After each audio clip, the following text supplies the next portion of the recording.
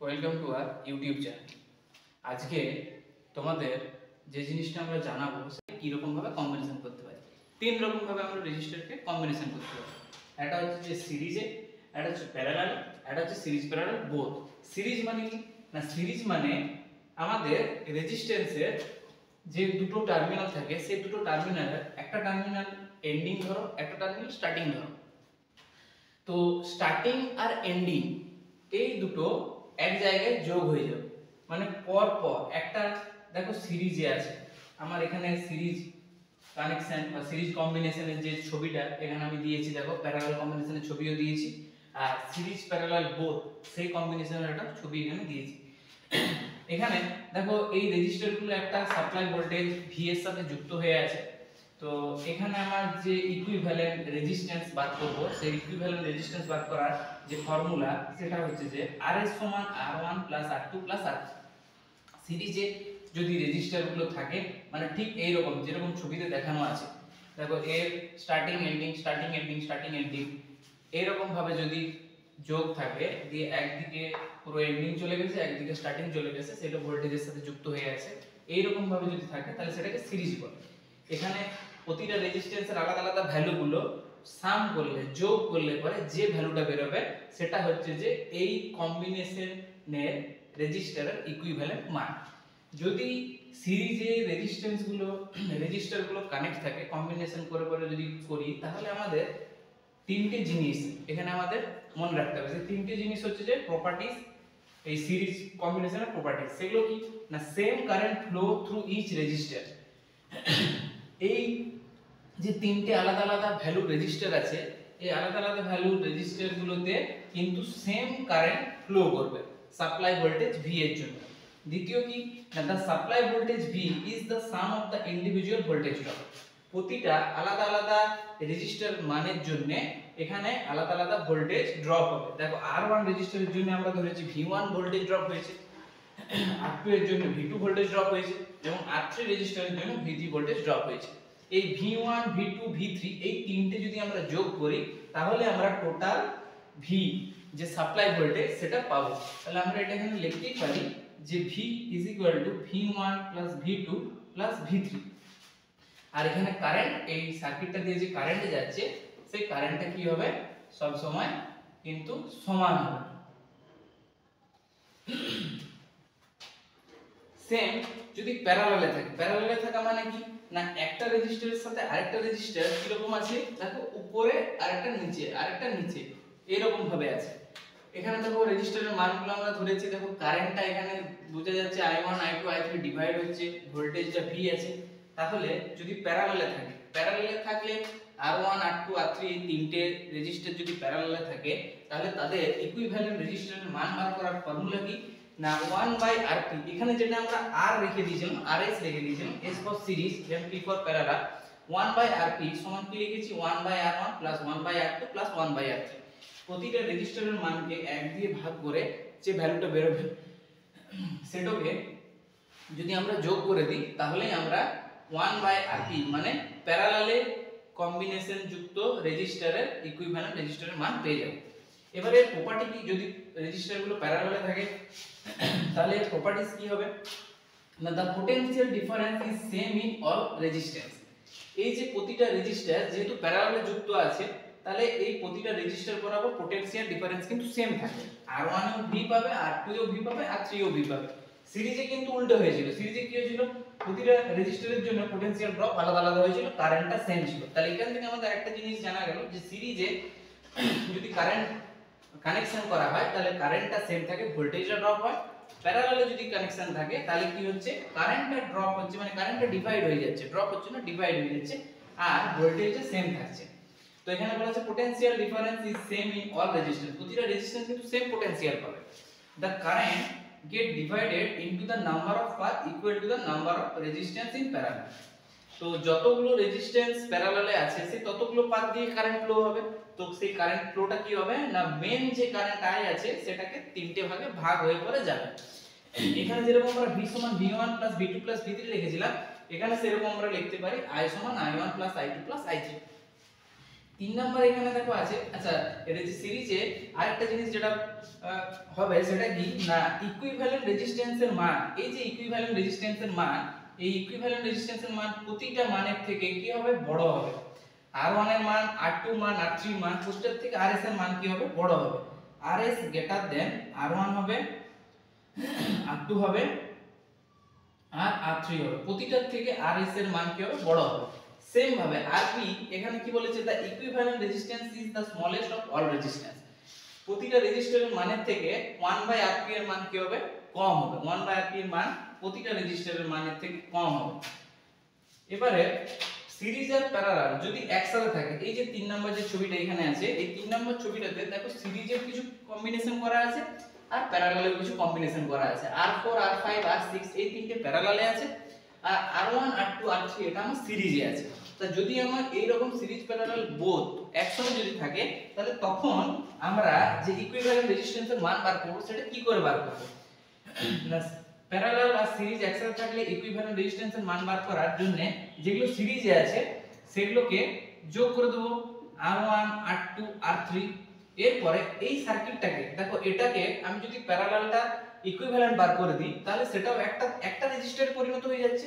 এই ছবিটাকে সিম্পলিফাই করলে কি রকম পাবো দেখো, এই রকম ছবিটা পাবো, এই তিনটে একই মান থাকবে। আর এইগুলোর জন্য ধরো আমি একটা RP 1/RP একটা রেজিস্ট্যান্স পেয়েছি, তাহলে সে একটা হয়ে গেল। এই তিনটে এখন দেখো আমার সার্কিটে যদি যোগ হয়ে যায় তাহলে R1 R2 R3 এটার ধরো মান ধরলাম আমি R7, এটার মান আমি ধরে নিচ্ছি R7। তাহলে এটা দেখো, এটাও আমার একটা সিরিজ হয়ে গেল। তাহলে এই ইকুইভ্যালেন্টের মান আমি বার করব, এটাও যোগ হবে, কি লিখতে পারি 1/R4 1/R5 প্লাস 1/R6। এই যে ভ্যালুটা বের হবে এটাই হচ্ছে যে আমার কি না সিরিজ আর প্যারালাল যদি একসাথে থাকে তাহলে তার ইকুইভ্যালেন্ট রেজিস্ট্যান্সের মান বার করা ফর্মুলা এইভাবে। এবারে আমরা এই তিনটে রেজিস্টারের যে কম্বিনেশন আছে সেই তিনটে কম্বিনেশনের একটা করে অঙ্ক एग्जांपल হিসেবে নিয়ে নিয়েছি। দেখো R1 R2 R3 এই তিনটে রেজিস্টার কি আছে না আমার সিরিজে যুক্ত আছে। এগুলোর মান এখানে আমরা পাশে পাশে তাকে লিখে দিয়েছি, R1 এর মান 5, R2 এর মান 10, R3 এর মান 20। তাহলে যদি সিরিজে থাকে তাহলে এর ইকুইভ্যালেন্ট রেজিস্ট্যান্সের মান কি করে বার করব না যোগ করে দিলেই হয়ে যাবে। তাহলে এগুলো যোগ করে দিচ্ছি, তাহলে ইকুইভ্যালেন্ট রেজিস্ট্যান্স কত বের হবে না 5 যুক্ত 10 যুক্ত 20 ওহম দিয়ে দাও।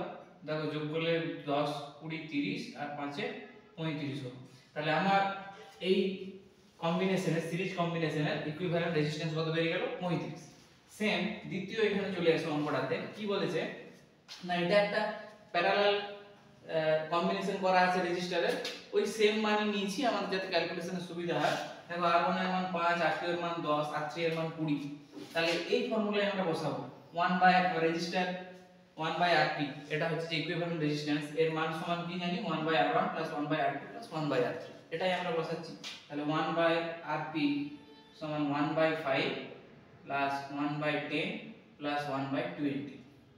তাহলে 5 10 আর 20 এই নিচের সংখ্যাগুলো লসাগু করতে হবে, এই তিনটে লসাগু করলে কত হয় 20 হয়। এবার এটার সাথে এটা ভাগ করতে হয়, যে ভাগফলটা হয় সেটা উপরের সাথে গুণ হয়। তাহলে 5 আর 20 ভাগ করলে 4, এটা হবে 2, এটা হবে 1। তাহলে টোটাল কত হচ্ছে আমার 4 2 6 1 7, 7 এর 20 ওহম। তো আমাকে এখানে RP বার করতে হবে 1/RP না। তাহলে RP 1/RP সমান আমরা কি লিখতে পারি না 1/RP সমান 7/20 ওহম বের হলো। তাহলে RP সমান আমরা লিখতে পারি 20/7 ওহম। তাহলে এটাকে যদি ভেঙে দিই কত হচ্ছে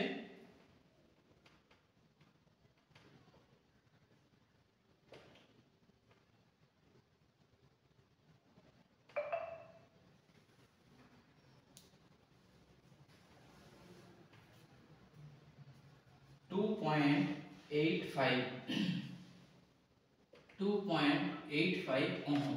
তো দেখো আমাদের একটা প্রপার্টিজে যখন আমরা এর আগেই পড়লাম, ভিডিওটার আগে গিয়ে দেখবে যে সিরিজের একটা প্রপার্টিজ ছিল যে ইকুইভ্যালেন্ট রেজিস্ট্যান্সের মান প্রতিটা রেজিস্ট্যান্সের মানের থেকে বড় হয়, বেশি হয়। দেখো 5 35 বড় 5 এর থেকে, 10 এর থেকেও বড়, 20 এর থেকেও বড়। আর প্যারালালে আমাদের ছিল কি না আমাদের ইকুইভ্যালেন্ট রেজিস্ট্যান্সের মান কি হয় না সব সময় কম হয়। ইকুইভ্যালেন্ট রেজিস্ট্যান্সের মান সব সময় কম হয় প্রতিটা রেজিস্টারের থেকে। দেখো R1 R2 R3 এদের মান কত 5 10 20। আমার Rp ইকুইভ্যালেন্ট রেজিস্ট্যান্স Rp সমান কত বেরিয়েছে 2.85 ওহম। ঠিক আছে, তাহলে ওগুলো থেকে কম। আর এখানে আরেকটা অঙ্ক দেখো 3 নাম্বার অঙ্ক নিয়ে নিয়েছি। এখানে কি না আমার R1 R2 R3 কিসে আছে সিরিজে আছে, R4 R5 R6 আমার কিসে আছে প্যারালালে আছে। তাহলে এর ইকুইভ্যালেন্ট আমরা রেজিস্ট্যান্স বার করব কি করে বের হবে না আগে এর যেটা আছে এটাকে আমাকে সিম্পলিফাই করতে হবে। তাহলে 1/r লিখতে পারি 1/r4 + 1/r5 + 1/r6।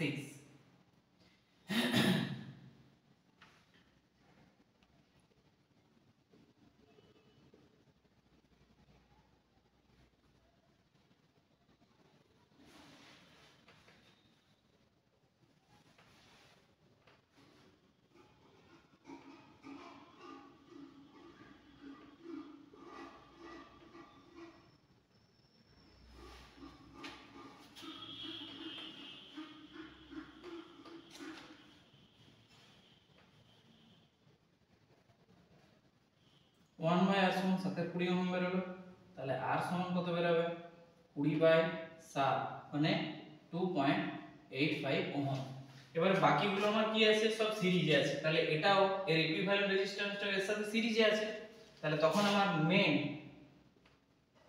যে r বের হবে, মেন যে ইকুইভ্যালেন্ট রেজিস্ট্যান্স r সেটা কি হবে না 5 10 20 তার সাথে এটা যোগ, তাহলে এটা হবে 37.85 ওহম। আমার এইটা ইকুইভ্যালেন্ট রেজিস্ট্যান্স বের হলো 37.85 ওহম। তাহলে এইভাবে আমরা অনেক বিভিন্ন एग्जांपल নিয়ে পরে প্যারালাল কম্বিনেশনের ইকুইভ্যালেন্ট রেজিস্ট্যান্স বার করতে পারবো, সিরিজের কম্বিনেশনের ইকুইভ্যালেন্ট রেজিস্ট্যান্স বার করতে পারবো, আর সিরিজ প্যারালাল যদি বোথ একসাথে মিশিয়ে থাকে তাহলে তারও ইকুইভ্যালেন্ট রেজিস্ট্যান্সের মান বার করতে পারবো। আজকে আমাদের প্যাসিভ ডিভাইসের যে রেজিস্টার সম্পর্কিত যে ভিডিওটা আমরা দেখলাম সেটা আমরা এখানে আজকে শেষ করছি। তোমাদের যদি ভিডিওটিতে কোথাও বুঝতে যদি কোনো কিছু অসুবিধা থাকে সেগুলো কমেন্ট বক্সে তোমরা কমেন্ট করে জানাতে পারো।